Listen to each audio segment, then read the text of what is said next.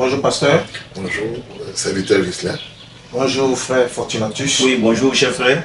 Nous nous retrouvons encore une fois dans notre série d'entretien, dans ce cadre où vous avez entrepris de recadrer un certain nombre de déclarations que nous avons aperçues sur la toile. Merci encore une fois de nous recevoir. Nous disons aussi bonjour à tous ceux qui nous suivent, à tous ces téléspectateurs qui sont épris de vérité. Merci encore de nous rejoindre et de nous accompagner dans ce temps d'entretien avec le pasteur Honoré Céleste. Encore une fois, bonjour pasteur. Bonjour. Nous nous sommes retrouvés aujourd'hui, la dernière émission, le dernier entretien. Nous nous sommes entretenus plutôt sur plusieurs sujets où vous avez apporté des réponses à certaines préoccupations, notamment sur les déclarations du prophète concernant la polygamie, où avant la révélation du mariage et du divorce, il avait fait des déclarations. Et quand le Seigneur a apporté la révélation du mariage et du divorce, quand le Seigneur a apporté véritablement ce qui était la vérité, il s'est trouvé que cette vérité était contraire à tout ce que le prophète avait dit auparavant. Donc voilà pourquoi ce internaute ou bien ce frère qui nous suit a voulu que vous apportiez certaines déclarations. Nous allons continuer aujourd'hui encore sur cette vidéo de l'entretien du pasteur Cass et du pasteur Collins, mais bien sûr aussi des déclarations de l'apôtre Bart Frank. Dans cette émission où ils ont projeté effectivement la vidéo du pasteur Cass, nous avons vu qu'il y a un prédicateur, un missionnaire, bon disons un docteur selon eux, qui a affirmé à plusieurs reprises que la loi a été dépouillée de son contenu pour justifier que la polygamie serait un péché. La polygamie serait un péché. Et donc pour expliquer cela, il s'est appuyé sur Hébreux 10, verset Hébreux 10, 1 à 8. Je crois bien que nous allons lire pour montrer que la loi a été dépouillée de son contenu. Après la lecture du verset, nous allons vouloir apprendre de vous si effectivement la loi a été dépouillée de son contenu. Tu peux lire, d'accord, Hébreux 10. Nous lisons Hébreux 10 à partir du verset 1. En effet, la loi, qui possède une ombre des biens à venir et non l'exacte représentation des choses, ne peut jamais, par les mêmes sacrifices qu'on offre perpétuellement chaque année, amener les assistants à la perfection. Autrement, n'aurait-on pas cessé de les offrir, parce que ceux qui rendent ce culte, étant une fois purifiés, n'auraient plus eu aucune conscience de leurs péchés. Mais le souvenir des péchés est renouvelé chaque année par ces sacrifices, car il est impossible que le sang des taureaux et des boucs ôte les péchés. C'est pourquoi Christ, entrant dans le monde, dit: tu n'as voulu ni sacrifice, ni offrande, mais tu m'as formé un corps. Tu n'as agréé ni holocauste, ni sacrifice pour le péché. Aujourd'hui, alors j'ai dit: voici, je viens. Dans le rouleau du livre, il est question de moi, pour faire, ô Dieu, ta volonté. Après avoir dit d'abord: tu n'as voulu, et tu n'as agréé ni sacrifice, ni offrande, ni holocauste, ni sacrifice pour le péché, ce qu'on offre selon la loi. Okay. Amen. Merci bien, frère. Pasteur, voici notre fond de toile. Nous sommes tentés de vous demander qu'est-ce qu'est la loi et pourquoi est-ce que ce docteur peut-il affirmer que la loi a été dépouillée de son contenu. Qu'est-ce que la loi, pasteur? Très bien. Nous avons une définition de ce qu'est la loi en 1 Jean au chapitre 3 à partir du verset 4. Je vais demander à notre frère Fortuné de lire ce texte pendant qu'il cherche. Et déjà, dans ce que vous avez dit tout à l'heure, vous avez dit que ce missionnaire, soi-disant, qui voulait s'évertuer à faire croire que la polygamie était un péché, était, je disais, parce que c'est ce qu'il affirme, que la polygamie est un péché. Et pour essayer de prouver cela, il s'est appuyé sur ce texte d'Hébreux chapitre 10 que nous venons de lire, pour dire que la loi a été dépouillée de son contenu. Vous voyez déjà que il y a une grosse contradiction dans l'esprit de ce soi-disant missionnaire. Parce que quand il dit que la polygamie est un péché, il peut qualifier la polygamie de péché par rapport à quoi? Nous allons lire ce que l'apôtre Jean a dit à ce sujet en rapport avec la définition du péché. Oui. 1 Jean 3, le verset 4. Quiconque pêche transgresse la loi, Oui. et le péché est la transgression de la loi. Voici ce que l'apôtre Jean nous dit en rapport avec ce que c'est que le péché, qui est la transgression de la loi.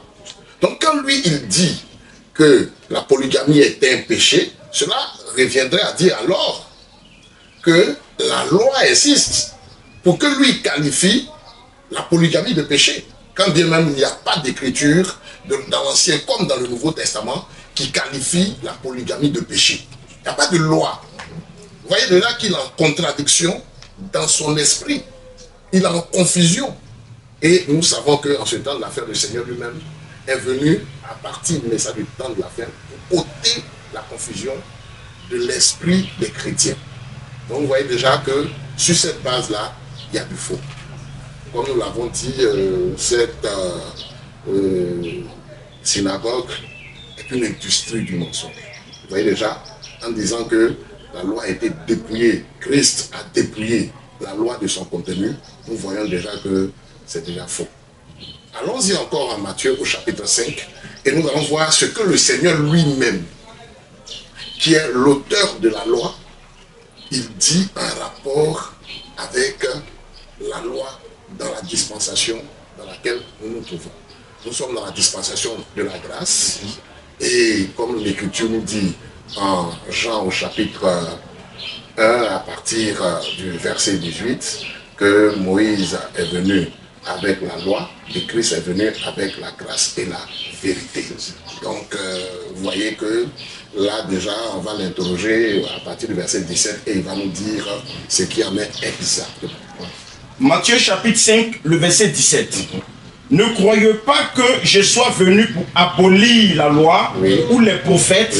Je suis venu non pour abolir, mais pour accomplir. Car, je vous le dis en vérité, tant que le ciel et la terre ne passeront point, il ne disparaîtra pas de la loi un seul iota ou un seul trait de lettre jusqu'à ce que tout soit arrivé. Voici ce que notre Seigneur Jésus-Christ dit clairement, qui n'est pas venu pour abolir la loi. Mais comment est-ce que lui qui n'est pas venu pour abolir la loi va dépouiller la loi de son contenu? Mais c'est totalement faux. Mais justement, je reviens encore pour dire que si Christ a dépouillé, s'il avait dépouillé la loi de son contenu, lui, il pourrait qualifier la polygamie d'adultère par rapport à quoi? Parce que l'adultère, c'est une transgression de la loi. Parce que Dieu a condamné l'adultère. Il a dit que tu ne commettras pas adultère. Dans les 10 commandements contenus dans Exode au chapitre 20, il est dit que les hommes ne devaient pas commettre adultère. Maintenant, lui, il dit que la polygamie est un adultère. Il le dit sur quelle base? S'il n'y a plus de loi, aujourd'hui, là, il peut dire que ceux qui sont polygames sont dans l'adultère. Il peut le dire sur quelle base? Allons-y au verset 11 et puis on va voir. On peut aller au verset 13 déjà, en rapport avec Exode. Au chapitre 20, Exode 20 à partir du verset 13. Tu ne tueras point. Tu ne commettras point d'adultère. Tu ne commettras point d'adultère. Voici ce qui est écrit. Lui, il peut dire de quelqu'un qui tue qu'il est dans le péché sur quelle base s'il n'y a plus de loi? Mais c'est parce que justement, il n'a pas compris le livre d'Hébreu et il n'a pas compris le chapitre 10 de Hébreu. Justement, il n'a pas compris ça. Ça suscitait des interrogations à mon niveau. C'est pourquoi je vais répondre en attendant que le frère les continue. Et il a dit dans Hébreu 10 que la loi était l'ombre des choses à venir. Est-ce que Christ étant venu, nous avons maintenant la lumière? Est-ce que ce n'est pas dans ce sens-là que la loi a été dépouillée de son contenu? Ne devons-nous pas faire ces rapports-là? Non. Il n'y a pas de rapport à faire avec ce que vous dites. Et peut-être ce qui serait à l'origine d'une telle déclaration de ce soi-disant missionnaire. Et ce dont l'apôtre Paul, que nous croyons être le rédacteur de l'épître aux Hébreux, parlait tout simplement de la loi concernant les sacrifices. On va revenir à là tout à l'heure. Mais permettez-moi, s'il vous plaît, de pouvoir aussi interroger l'apôtre Edouard Franck qu'ils ont appelé au secours et à qui il voudrait faire dire que lui, il considère que la polygamie est un péché. Vous voyez, on va aussi l'interroger parce que ils ont affiché sur leur porte TV cette vidéo de l'apôtre Edouard Franck qui dit oui, même l'apôtre Edouard Franck aujourd'hui il qualifie la polygamie de péché et ainsi de suite et ainsi de suite. Non, c'était une réprimande comme nous l'avons fait savoir dans les vidéos précédentes. Donc on va l'interroger et puis on va voir ce qu'il pense de ce que le Seigneur avait dit en Matthieu chapitre 5 verset 17 en rapport avec une prétendue abolition de la loi. Parce que ça c'est la doctrine des abolitionnistes. C'est-à-dire ils disent que Christ a aboli la loi alors qu'ils ne peuvent pas comprendre que c'est la loi en rapport avec les sacrifices et le sacerdoce lévitique. Parce que, on va venir à là tout à l'heure, quand l'apôtre Paul était en train de parler de cela, vous voyez qu'il a développé depuis Hébreux chapitre 7 en rapport avec le sacerdoce selon l'ordre de Melchizedek. Et on voit véritablement que dans Hébreux chapitre 5, il a développé, on va revenir là-dessus pour poser les bases de l'épître hébreu pour que la bonne compréhension de toutes ces choses-là puisse en ressortir. Parce que vous allez continuer, oui. Je vais ajouter encore une préoccupation. Oui. Christ est la fin de la loi pour tous ceux qui croient. Est-ce que ça ne rejoint pas un peu son argumentation sur laquelle la loi a été détruite de son contenu? Très bien. Christ est la fin de la loi pour tous ceux qui croient. Bien. C'est pour un attitude pour que vous puissiez éclaircir l'avancée. Très bien, il n'y a pas de souci, je viens là tout à l'heure. Il ne veut pas que nous puissions faire la pensée. Et regardez un peu ce que l'apôtre Edouard Franck a dit dans le livre Le mariage, problème conscience, en rapport justement avec ceux qui pensent que Christ est venu abolir la loi. On va le lire à ce sujet-là. À la page 6, au dernier paragraphe, au troisième paragraphe. Il dit ceci. Oui. Ce n'est qu'à la fin du 3e et au commencement du 4e siècle que Zeb et Athanas rassemblaient ces écrits en un seul livre que nous connaissons sous le nom de Nouveau Testament, lequel est désigné comme canon, ce qui veut dire norme ou règle. Tant les prédications du Seigneur que celles des apôtres ne résultaient à l'origine uniquement que des textes de l'Ancien Testament. Et il leur dit, ce sont ici les paroles que je vous disais quand j'étais encore avec vous, qu'il fallait que toutes les choses qui sont écrites de moi dans la loi de Moïse et dans les prophètes et dans les psaumes fussent accomplies. Alors, il leur ouvrit l'intelligence pour entendre les Écritures.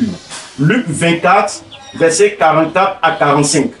Notre Seigneur s'écria dans Jean 7, 38, « Celui qui croit en moi, selon ce que dit l'Écriture. » Luc rend témoignage que Paul leur exposait la vérité en rendant témoignage du royaume de Dieu depuis le matin jusqu'au soir, Oui. cherchant à les persuader des choses qui concernent Jésus. Oui. Et par la loi de Moïse, Et par la loi de Moïse, et par les prophètes, quand l'apôtre Paul s'entretenait avec les gens, il essayait de persuader les Juifs en se fondant sur la loi de Moïse et tous les prophètes. Donc l'apôtre Paul aussi, il s'appuyait sur la loi de Moïse.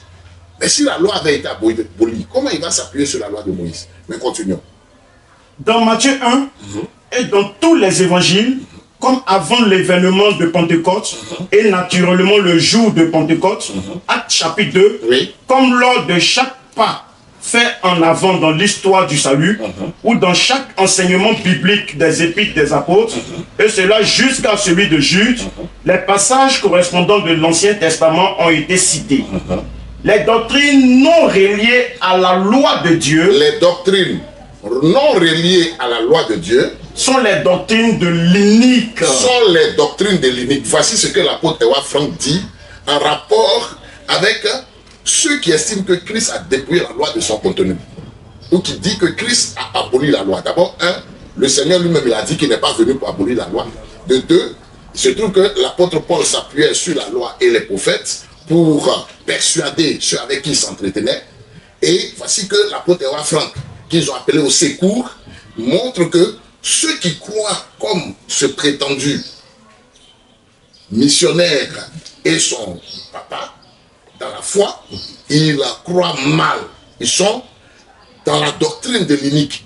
Vous voyez? Parce que tu ne peux pas aujourd'hui dire de quelqu'un qu'il est dans le péché s'il n'y a pas de loi qui condamne l'acte qu'il a posé en transgression de la loi. C'est pas possible. Vous voyez un peu? Mais c'est une confusion qui ne dit pas son nom. Mais c'est parce que justement, ils n'ont pas la bonne compréhension des Écritures. On va voir encore une autre chose que l'apôtre Edouard Frank a dit à ce sujet-là. Ici. À la page 15. Voici ce qu'il va dire ici. Là, on va lire à partir de là. On peut chercher à prendre à partir ici, c'est. Oui. Page 15. Page 15. Oui. C'est ainsi que vint la chute, qui est un blasphème contre Dieu et anéantit l'ordre divin et continue en tous ceux qui ne se laissent pas intégrer dans les prescriptions de Dieu. Le fondement de l'apôtre pour la subordination est celui-ci. Car Adam a été formé le premier, et puis Ève, et Adam n'a pas été trompé, mais la femme, ayant été trompée, est tombée dans la transgression. 1 Timothée 2, 13, 14. Oui. Puis, frère Branham fait un parallèle avec 1 Corinthiens 14. Oui. Et comme Paul, il met l'accent sur le fait qu'il est tout à fait légal que les femmes se taisent et persévèrent dans la soumission. Il dit qu'elles soient aussi soumises comme le dit la loi. L'apôtre Paul, en rapport avec le fait que les femmes ne doivent pas enseigner, il se réfère à la loi. Oui. Vous voyez? C'est cela. Parce que dans la loi, en rapport avec le sacerdoce lévitique, il n'y avait pas de femmes qui étaient lévites, sacrificateurs et souverains sacrificateurs. Vous voyez? Mais c'est pour montrer véritablement que c'est parce qu'il y a la loi qui est toujours valable aujourd'hui qu'on peut parler de transgression. Continue. Oui. Comme le dit aussi la loi, 1 Corinthiens 14, 34. Ancienne mode, Ancien Testament, ennemi des femmes, non. Mais tel que le Dieu qui demeure toujours, le même l'a fixé dans sa loi. Très bien. Tel que le Dieu qui demeure, le même l'a fixé dans sa loi. Parce que déjà même avant la dispensation de ce que nous appelons la loi de Moïse, ou la loi mosaïque, il y avait toujours la loi. Il y avait toujours la loi. Depuis que le Seigneur lui-même a placé Adam dans le jardin d'Éden, et puis en Genèse au chapitre 2, à partir du verset 15 à 16, il a dit à Adam de ne pas manger à l'arbre de la connaissance du bien et du mal. C'était une loi qu'il avait placée là. C'est parce qu'il y a eu transgression de cela qu'il y a eu la chute. C'est parce qu'il y a eu transgression de ça que nous sommes dans toutes ces difficultés, les souffrances et tout le chaos qui règne actuellement. Vous voyez un peu? Bien, la preuve. Nous avons vu que Abimelech même savait que l'adultère était un péché. Comment l'a-t-il su? Mais c'est parce que justement il y avait la loi de Dieu qui existait. Et quand, allons-y ensemble en Genèse, chapitre 26, nous allons voir quelque chose à ce sujet-là. On peut aller au verset 3 en rapport avec le Seigneur qui parle avec Isaac. Dit d'Abraham. Genèse 26, à partir du verset 3 pour gagner un temps. Oui. Séjourne dans ce pays-ci. Oui. Je serai avec toi. Bon, allons au verset 1 pour savoir de quoi il est question, le contexte. Genèse chapitre 26, à partir du verset 1. Oui. Il y eut une famine dans le pays, outre la première famine qui eut lieu du temps d'Abraham. Oui. Et Isaac alla vers Abimelech, roi des Philistins, à Guérar. L'Éternel lui apparut et dit, ne descends pas en Égypte. Ne descends pas en Égypte. Demeure dans le pays que je te dirai. Demeure dans le pays que je te dirai. Séjourne dans ce pays-ci. Séjourne dans ce pays-ci. Je serai avec toi. Je serai avec toi. Et je te bénirai. Et je te bénirai. Car je donnerai toutes ces contrées à toi et à ta postérité. Oui. Et je tiendrai le serment que j'ai fait à Abraham ton père. Oui. Je multiplierai ta postérité comme les étoiles du ciel. Oui. Je donnerai à ta postérité toutes ces contrées. Et toutes les nations de la terre seront bénies en ta postérité. Oui. Parce qu'Abraham a obéi à ma voix. Parce qu'Abraham a obéi à ma voix. Et qu'il a observé mes ordres. Il a observé mes ordres, Mes commandements. Mes statuts. Et mes lois. Et mes lois. Donc avant la dispensation de la loi, il y avait la loi qui existait. C'est la raison pour laquelle Abimelech était instruit sur le fait que l'adultère était un péché. Rappelons-nous véritablement que il y avait d'abord Noé le prophète, à qui Dieu aussi avait parlé, et ainsi de suite. Mais en ce moment-là, nous étions dans la dispensation de la conscience. Tout comme aujourd'hui, nous sommes dans la dispensation de la grâce, mais la loi existe toujours. C'est la raison pour laquelle on peut parler de condamnation d'une personne. Vous vous êtes référé tout à l'heure à cette écriture de Romains chapitre 10, verset 4, que nous allons lire. Romains 10, verset 4. Oui. Christ est la fin de la Romains 10, le verset 4. Oui, il y a un élément Il dit ceci. qui a dû échapper certainement à ceux qui pensent que Paul était en train de dire que la loi était abolie. Oui. Ou était finie. Oui. Romains 10, le verset 4. Car Christ est la fin de la loi. Christ est la fin de la loi. Pour la justification de tous ceux qui croient. Pour la justification. On ne doit pas perdre de vue cette notion-là. Pour la justification de tous ceux qui croient. Voyez? Donc, en Christ, qui a satisfait à toutes les exigences de la loi, celui qui se confie en lui satisfait aussi aux mêmes exigences. C'est ça la doctrine de la substitution. Parce que nos transgressions en rapport avec la loi sont tombées sur Jésus-Christ. Qu'est-ce que la justification? La justification, c'est le fait de dire d'un accusé qui avait transgressé la loi qu'il n'a jamais commis l'acte pour lequel on l'avait interpellé. L'acte pour lequel il comparaissait. Donc, et en général, en rapport avec la justification d'une personne qui avait été qualifiée de coupable à tort, c'est que le coupable a été attrapé. Vous voyez? Donc, on relâche cette personne justifiée avec des excuses. Parce que le coupable a été trouvé. Vous voyez? Donc, nous voyons que dans ce procès dont nous étions véritablement impliqués, dans lequel nous étions impliqués, il s'est trouvé que le coupable de notre transgression s'est déclaré à la personne du Seigneur Jésus-Christ. Nos péchés sont tombés sur lui. Il a été fait péché pour nous. C'est comme ça que nous sommes justifiés. Vous voyez? Et dans Romains 5, à partir du verset 1, la Bible dit, ayant donc été justifiés en Christ, nous avons la paix avec Dieu.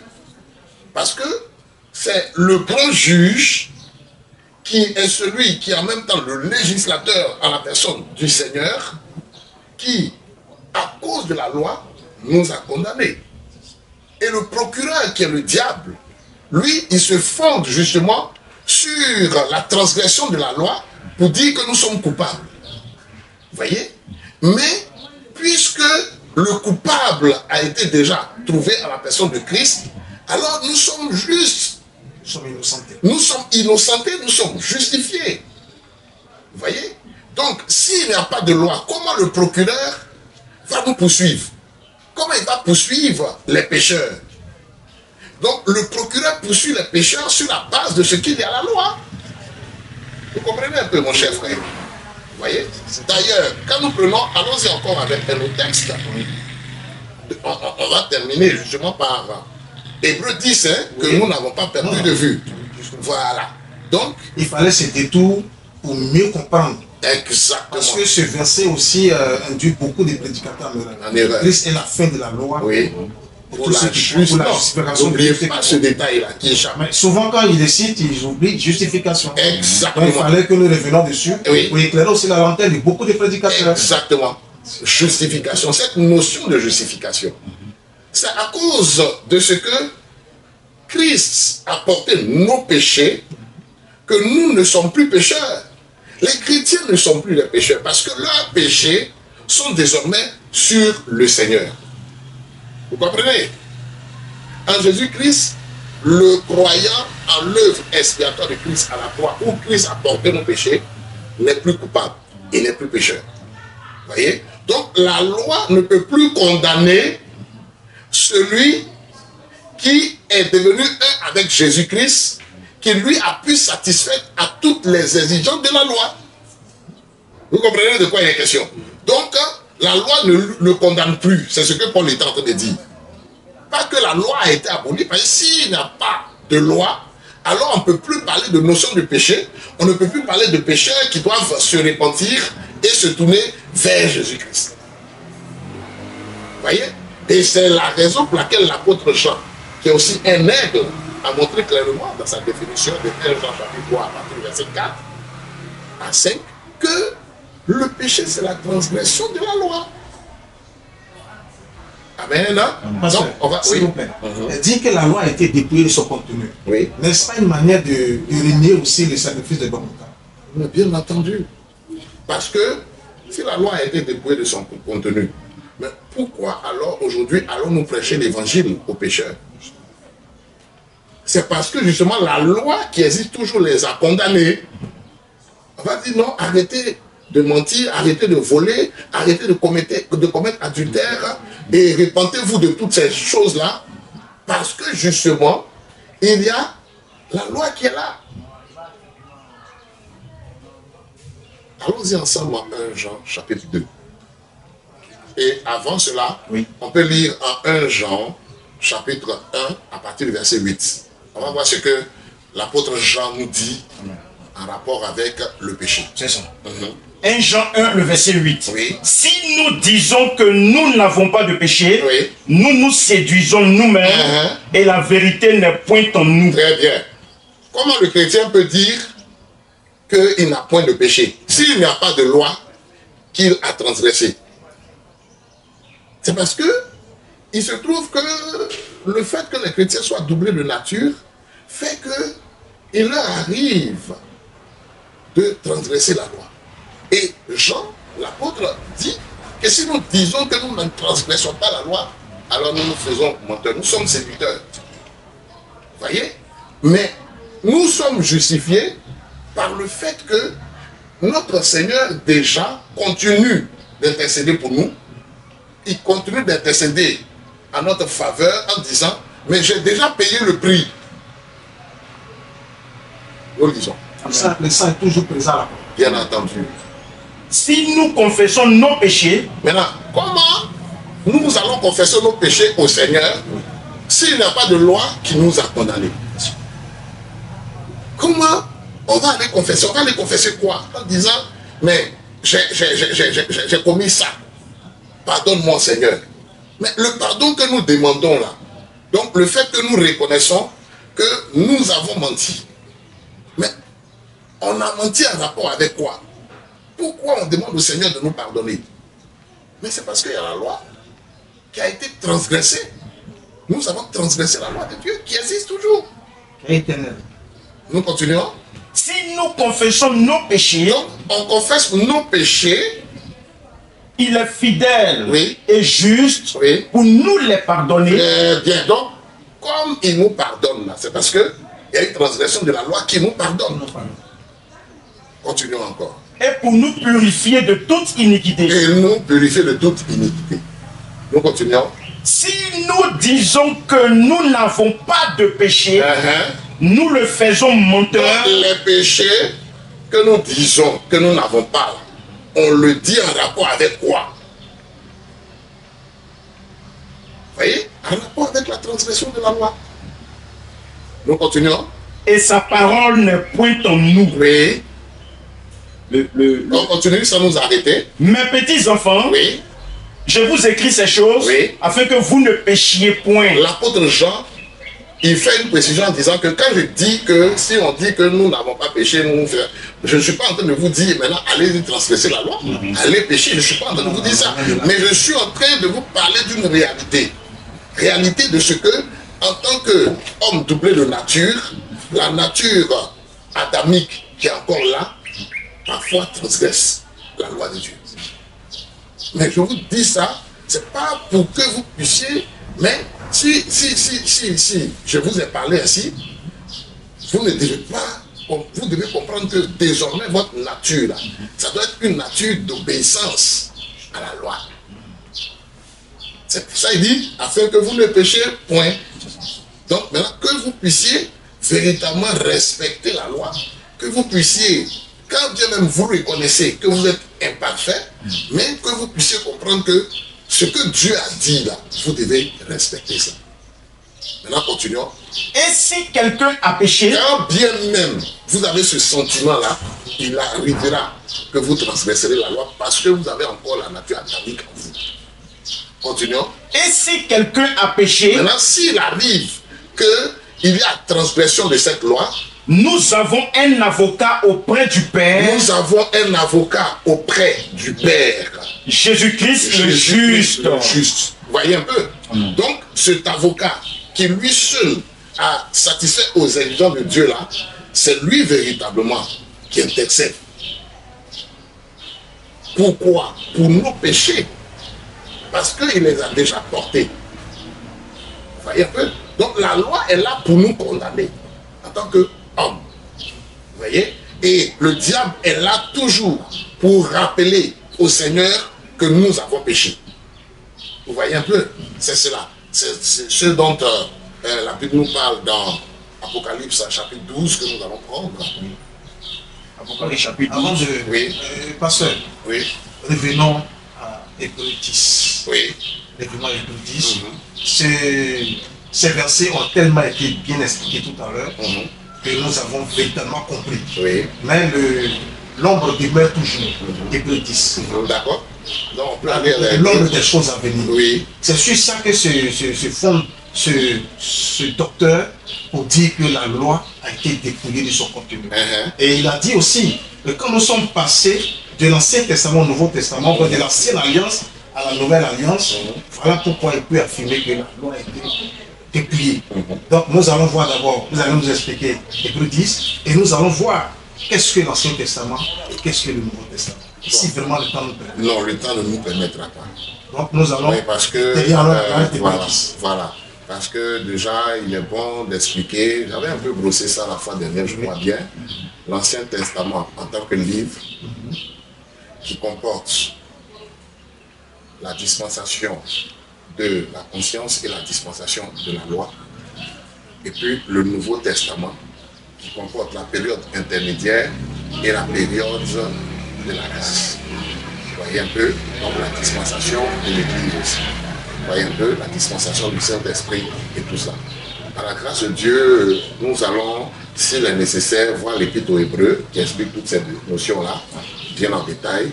On va voir l'Épître aux Hébreux dans ces deux grandes parties. Et puis, on pourra faire certainement 2 interviews à ce sujet-là pour encore permettre à ce que la chose soit bien exposée. Parce qu'il ne serait pas bon que nous puissions galvauder cette notion très importante de la doctrine de Christ. Très bien. Donc, on va terminer, comme vous avez bien voulu que cet entretien se passe dans un espace de 45 minutes ou plus 50 minutes. Nous allons toucher à ce point-là, et puis s'il est nécessaire, à l'entame de la prochaine interview, nous allons véritablement terminer avec cette notion. Mais seulement, nous allons juste survoler pour montrer effectivement de quoi il est question. Donc nous allons demander au frère Fortunatus de lire et puis au fur et à mesure, nous allons disséquer ça. Hébreux 10. Hébreux chapitre 10, à partir du verset 1. Oui. En effet, la loi qui possède une ombre des biens à venir et non l'exacte représentation des choses ne peut jamais, par les mêmes sacrifices qu'on offre perpétuellement chaque année, amener les assistants à la perfection. Très bien. Donc là, vous voyez ici, qui parle de quoi? Vous voyez? Qui parle de quoi? Retournons au chapitre 9 à partir du verset 22. Regardez ceci. 9 à partir du verset 22. Bien, on va revenir à ça, hein, Oui. puisque dans Hébreu, chapitre 9 à partir du verset 16, il parle car là où il y a un testament, il est nécessaire que la mort du testateur soit constatée. Un testament, en effet, n'est valable qu'en cas de mort, puisqu'il n'y a aucune force tant que le testateur vit. Vous voyez là, ça a aussi joué à votre question et tout ça. On va toucher à ça. Maintenant, regardez ici au verset 19. Oui, le verset 19. Mhm. Moïse, après avoir prononcé devant tout le peuple Oui. tous les commandements de la loi, prit le sang des veaux et des boucs avec de l'eau, de la laine écarlate et de l'hysope, et il fit l'aspersion sur le livre lui-même Oui. et sur tout le peuple en disant, Oui. ceci est le sang de l'alliance que Dieu a ordonné pour vous. Très bien. Donc, l'ancienne alliance a été faite avec le sang des animaux. Quand il est question d'ombre là, avant d'en arriver au verset 1 du chapitre 10, on voit qu'il y a un contexte. Un contexte en rapport avec le sacrifice de Christ et le sacrifice des animaux, qui était fait avec le sang des animaux, pas avec le sang humain. Parce que quand Adam et Ève ont péché dans le jardin d'Éden, à partir du verset 20 à 21, la Bible nous montre que le Seigneur a revêtu Adam et Ève de peau, alors qu'auparavant, ils avaient fait des feuilles de figuier, selon Genèse au chapitre 3, à partir du verset 7. Et donc, il fallait qu'un innocent paye de sa vie, pour qu'ils puissent continuer de vivre. Et qu'est-ce que le Seigneur a fait en tant que souverain sacrificateur? Donc, la première sacrificature qu'il a faite, il a tué un agneau, parce que l'agneau est le symbole de l'innocence. Il a versé le sang de cet innocent-là, pour que Adam et Ève puissent continuer de vivre. Parce que Dieu avait dit, tu mourras le même jour. Mais bien entendu, du point de vue prophétique, Adam est mort le même jour, parce qu'il a fait 930 ans. Il a vécu 930 ans.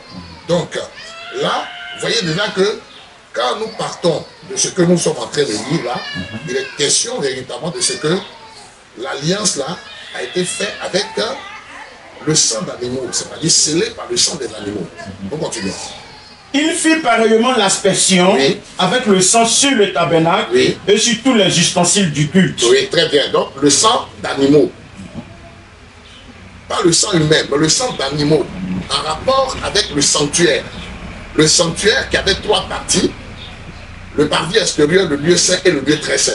Et c'est dans le lieu très saint que lors du grand jour des expiations, vous voyez un peu, Yom Kippour, donc le souverain sacrificateur venait une fois l'an pour mettre le sang sur le propitiatoire, pour que la colère de Dieu soit apaisée. Mais puisque c'était avec les sangs d'animaux, le péché n'était pas effacé, mais était couvert. Nous continuons. Et presque tout, Oui. d'après la loi, est purifié avec du sang. Oui. Et sans effusion de sang, Oui. il n'y a pas de pardon. Très bien. Là, nous sommes véritablement dans le sacerdoce lévitique. Nous sommes véritablement dans l'ancienne alliance qui était fait, scellé par le sang des animaux. Nous continuons. Il était donc nécessaire, Oui. puisque les images des choses qui sont dans les cieux devaient être purifiées de cette manière, Oui. que les choses célestes elles-mêmes le fussent par des sacrifices plus excellents que ceux-là. Oui. Des sacrifices plus excellents que le sacrifice d'animaux. Parce que c'était fait avec le sang des animaux. Mais quand Dieu a créé Adam et Ève, il devait dominer sur les animaux. Donc leur sang ne pouvait pas effacer nos péchés. Donc c'est le sang humain qui devait effacer nos péchés. Mais pas n'importe quel sang humain. Le sang d'un humain sans péché. Nous continuons. Car Christ n'est pas entré dans un sanctuaire fait de main d'homme, Oui. en imitation du véritable, Oui. mais il est entré dans le ciel même, afin de comparaître maintenant pour nous devant la face de Dieu. Oui. Et ce n'est pas pour s'offrir lui-même plusieurs fois qu'il y est entré. Très bien. Ce qu'on a vu là, ce qu'on a vu, le voile du temple qui s'est déchiré et tout ça, voyez, c'était pour montrer véritablement l'accès du lieu très saint. C'est ce dont il est parlé à partir du verset 4, bon, depuis le verset 1 du chapitre 9 d'Hébreux et toutes ces choses-là. Mais ce qui se déroulait sur la terre là était l'image des choses qui se déroulaient au ciel. Vous voyez? Voilà, parce qu'il a dit oui que ceux qui véritablement exerçaient leur sacerdoce là le faisaient en image des choses célestes. Donc même le tabernacle physique qui avait été dressé sur la terre là était une image du tabernacle céleste. Vous voyez un peu? Très bien. On va revenir dans les détails en rapport avec ces choses-là. Maintenant, ici, l'apôtre Paul est en train de développer en montrant que le sacrifice d'animaux là était une ombre du véritable sacrifice en attendant le temps convenable. Nous continuons. Et ce n'est pas pour s'offrir lui-même plusieurs fois qu'il y est entré, Oui. comme le souverain sacrificateur entre chaque année dans le sanctuaire. C'est ce que je disais. Avec du Donc, sang étranger. Oui, avec du sang. Oui. Oui. Étranger. Étranger. Autrement, Oui. il aurait fallu qu'il eût souffert plusieurs fois depuis la création du monde, Oui. tandis que maintenant, à la fin des siècles, Oui. il a paru une seule fois pour abolir le péché par son sacrifice. Très bien. Vous voyez un peu? Donc, pas la loi, mais le péché, par son sacrifice.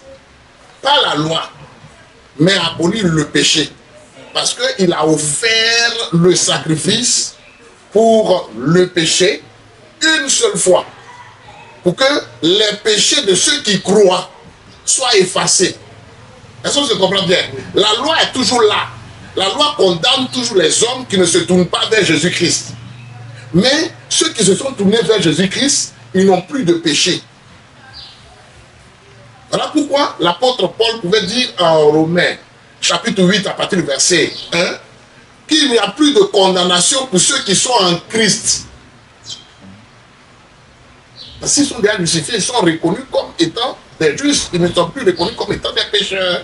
Là, le sacrifice a été fait une seule fois. Nous continuons, on termine. Oui. Et comme il est réservé aux hommes de mourir une seule fois, Oui. après quoi vient le jugement, de même Christ, Oui. qui s'est offert une seule fois pour porter les péchés de plusieurs, C'est ce dont je parlais. Il s'est offert une seule fois pour porter les péchés de plusieurs. apparaîtra sans Il péché va apparaître sans péché une seconde fois une seconde fois. à ceux qui l'attendent pour leur salut. Pour le plein salut. Voyez, donc, voyez, dans cette dispensation, la loi existe toujours. Mais, jusqu'à l'avènement du Seigneur, ceux qui se tournent vers Christ, qui croient au sacrifice qu'il a accompli, sont justifiés et ne sont plus reconnus comme pécheurs, comme transgresseurs de la loi. Maintenant, sans nous arrêter, Oui. verset 1 du chapitre 10 maintenant. En effet, la loi qui possède une ombre des biens à venir Oui. et non l'exacte représentation Donc, des choses. il était en train maintenant d'appuyer sur ce qu'il avait dit, en rapport avec le sacrifice de Christ, le souverain sacrificateur lui-même qui s'est offert, et le sacrifice c'est des animaux qui étaient présentés par les souverains sacrificateurs. Vous voyez, par les souverains sacrificateurs qui se succédaient et qui rentraient dans le lieu très saint une fois l'an, au grand jour des expiations. Vous voyez un peu? Donc, c'est ce qu'il va maintenant expliquer en parlant de ce que la loi, en rapport avec les sacrifices qui existaient là, était une ombre du véritable sacrifice que Jésus-Christ devait offrir pour le pardon des péchés des croyants une fois pour toutes. Amen. Amen. Mais on va continuer une prochaine fois par la grâce de Dieu. Amen. Donc, je vous donne la parole. Merci bien, pasteur. Pour conclure. Je pense bien que nous avons été édifiés encore une fois. Amen. Vous êtes revenus sur des éléments importants. Et les préoccupations qui sont survenues par rapport à cette déclaration de ce soi-disant docteur sont plusieurs. Oui. Et je pense bien que nous allons nous retrouver encore une prochaine fois pour relancer ce débat de recadrage et d'éclaircissement de l'antenne de tous ceux qui nous suivent et des hommes vraiment épris de vérité. Merci bien, pasteur. Nous disons aussi merci à tous ceux qui nous ont suivis. Nous vous donnons encore rendez-vous pour les prochains entretiens pour que toute notre antenne soit éclairée et que nous soyons toujours accrochés à la véritable parole du Seigneur Jésus-Christ. Que le Seigneur vous bénisse. Que le Seigneur vous bénisse, pasteur. Amen. Que Merci Dieu bien, vous bénisse, frère serviteur. Fortunatus. Merci bien, serviteur de Nous Dieu. donnons rendez-vous pour le week-end prochain. Amen. À bientôt, pasteur. À bientôt. Que Dieu le vous Seigneur bénisse. Shalom.